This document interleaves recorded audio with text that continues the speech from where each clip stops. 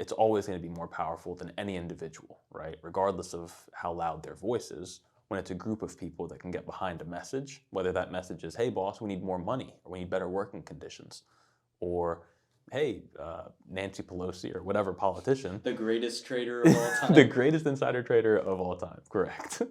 I think it requires us to set aside our individualism, which is really difficult. And again, we can trace that back to capitalism and how capitalism promotes individualism and rewards it. But at what cost, right? Like there are other people that are working beside us or in theory working beneath us that they also need to put money, food on the table and a roof over their heads and clothes on their back and all of these things. So for me, my experience is relatively limited. I don't claim to be a lifelong organizer or anything like that, but I do recognize that within a workplace, being able to set aside personal differences or generational differences or political differences even, and recognize what is it that we have in common. Within a workplace, in my experience, we were able to recognize, okay, our working conditions are not up to the standard that we are looking for. Our regularity, our scheduling, our pay, all of these things are not at the level that we are looking for. And so regardless of how long a person has worked at a company or how high up they've made it in the company, recognizing that this affects all of us, that's going to be kind of our common cause to be able to unite behind and approach management or approach a politician and say, hey, me and 1,000 of my friends feel a particular type of way. And even though we don't have our ages in common or our race or our backgrounds or our upbringings or our beliefs or whatever, we have this one thing in common and we're able to unite behind that and provide a message that, this isn't something that we're okay with. So whether that's, again, labor organizing, or particularly right now, when we look at collective action related to speaking out against certain international political decisions. Me calling my elected representative, I can call them every day, every hour.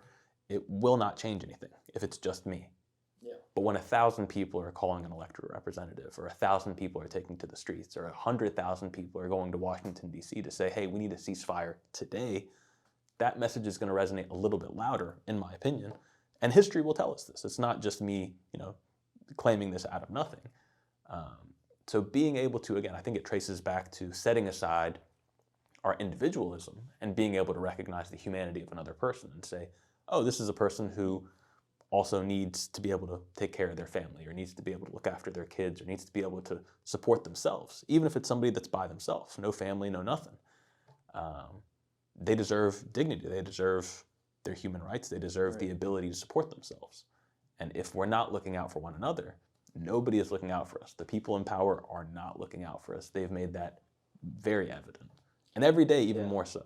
Yeah, it seems like whenever we come together towards a common goal or a common mission, if it's 1 or 2 people, no one's going to budge. If it's 5, 10 people, okay, maybe a little bit of push. But when it's a large population putting pressure on individuals or a situation, I know you're a huge soccer fan, but think of it as, you're all on a team, you're trying to win the game or score a goal. So I think what the narrative has become is, it's red versus blue, or it's single issue, you're divided on this issue, all right, I can't be your friend. Obviously, there's some issues that I feel are a clear-cut litmus test of your humanity, such as the Israel-Palestine conflict. If 4,000 kids have died, and you're just making excuses for it, or not making or not believing that 4,000 kids have died. Yeah, where are the numbers? Right. Where I'm questioning. And then what's interesting is that when the numbers are provided, when the names and ages and everything, all of the details are provided, again, it's crickets. Yeah.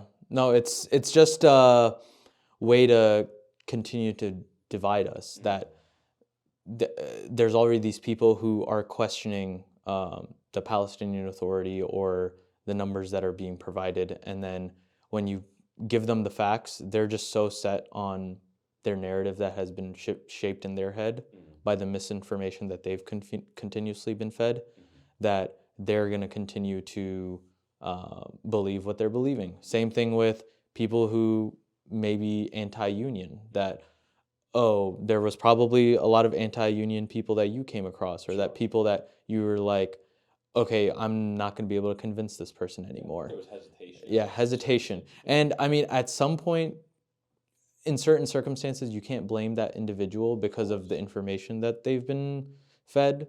But a lot of the time, you can.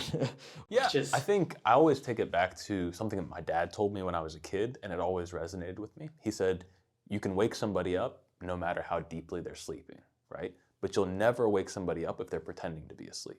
So if somebody is convinced that, oh, my argument or my point of view is flawless, it can't be touched, nobody can convince me otherwise, then nothing that I say or do, no amount of experience, no amount of knowledge, no amount of advice, nothing is going to change their mind.